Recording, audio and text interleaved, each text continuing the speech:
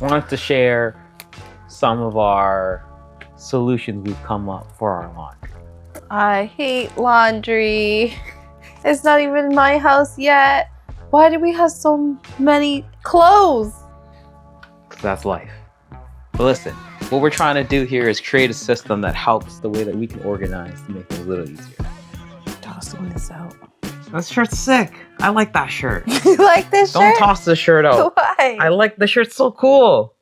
Before you get to organizing your clothes, I think the first thing you need to do is create a system that allows your clothes to be visual. I learned this lesson by removing these closet doors for a whole summer, just so I can get my brain to thinking about what it looks behind there when I can't see it. But for me, learning how to create a space that is able to be able to see, I had to add extra lighting. You get lighting on the sides, so lighting on this side so you can actually see what's inside. Another rule, no empty hangers in the closet. Why? When you have just empty hangers, they just take up space and they take up clutter. When you have space and you have clutter, it's hard to see what you have. Take all empty hangers out. This is a lot of real estate space that's being taken up in your closet by just being there. But then you say, hey, where am I supposed to put all these empty hangers if I'm not allowed to put them up in the closet? Well, that's when you put a designated empty hanger space. This is the way I've been able to have a much simpler space to use in my closet. I'm able to hang up an article once, and if I use it, I take it, bring it down, and I put this hook back on here. This both maximizes my space inside the closet and inside my brain. Because I had to learn how my brain interacts with my clothes that give me the troubles that I have.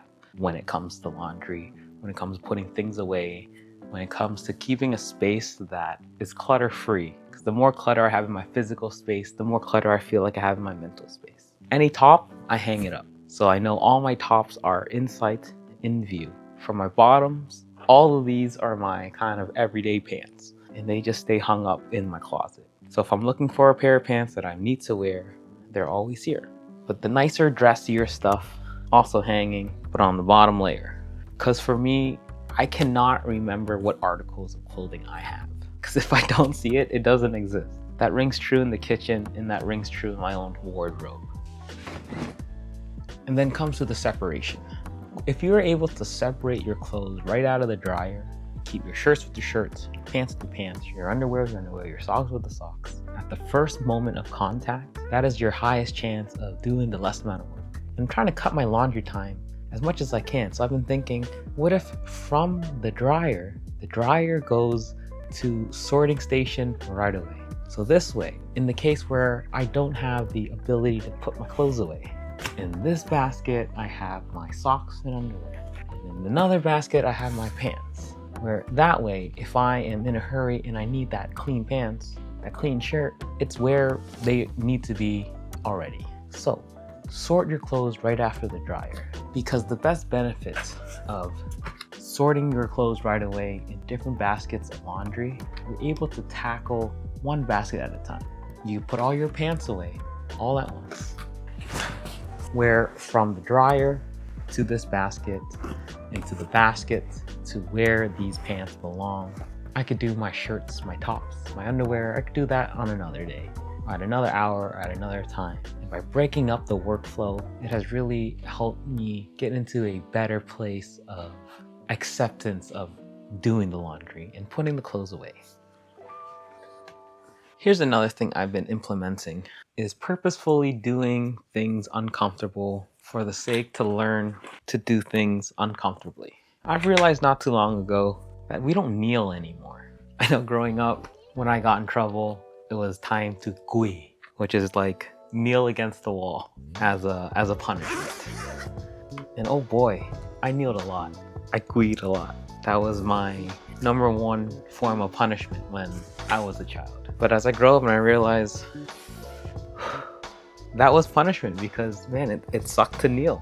It sucked to kneel against the wall, to be alone in your thoughts when you're kind of struggling to be in this position. But I guess over time when I was a kid, I just learned to deal with it. But not too long ago, I realized we don't kneel anymore. How often do we, I don't want to say punish ourselves, but how often do we be in those places of uncomfortability, in spots that we don't like, or doing things we don't like? Because, you know, as a kid, you could say discipline, what's the point? I'm just suffering. But maybe some discipline is a good thing to develop and to have. But yeah. Maybe because discipline helps build us into be something that we otherwise would be if we weren't disciplined. And as much as I hate laundry, as much as I hate clothes, and as much as I really hate putting them away, this is something that I need to learn how to do so that when it comes to laundry time, I'm not upset.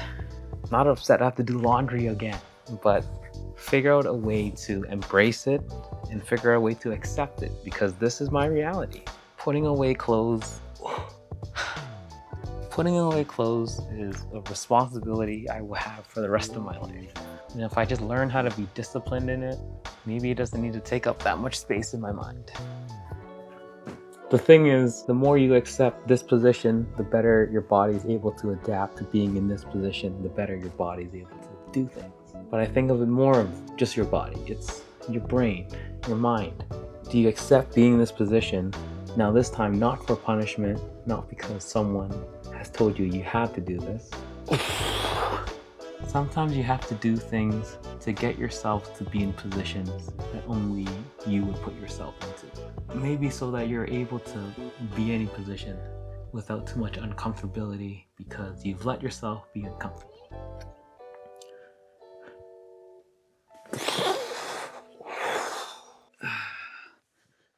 Ow. My toe.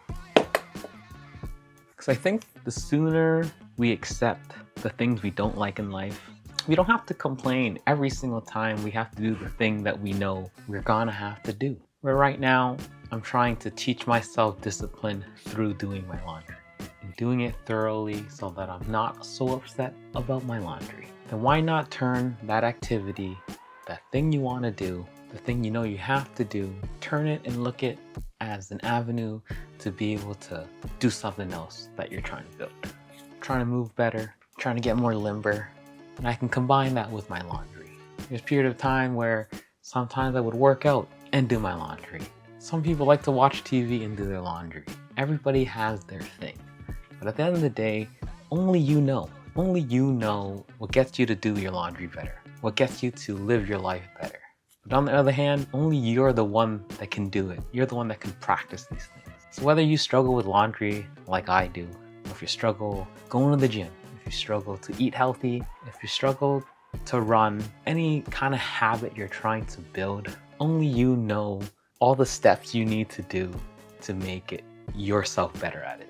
But only you can build yourself the system to allow yourself to be better at the things you want to do. That's what I'm trying to say.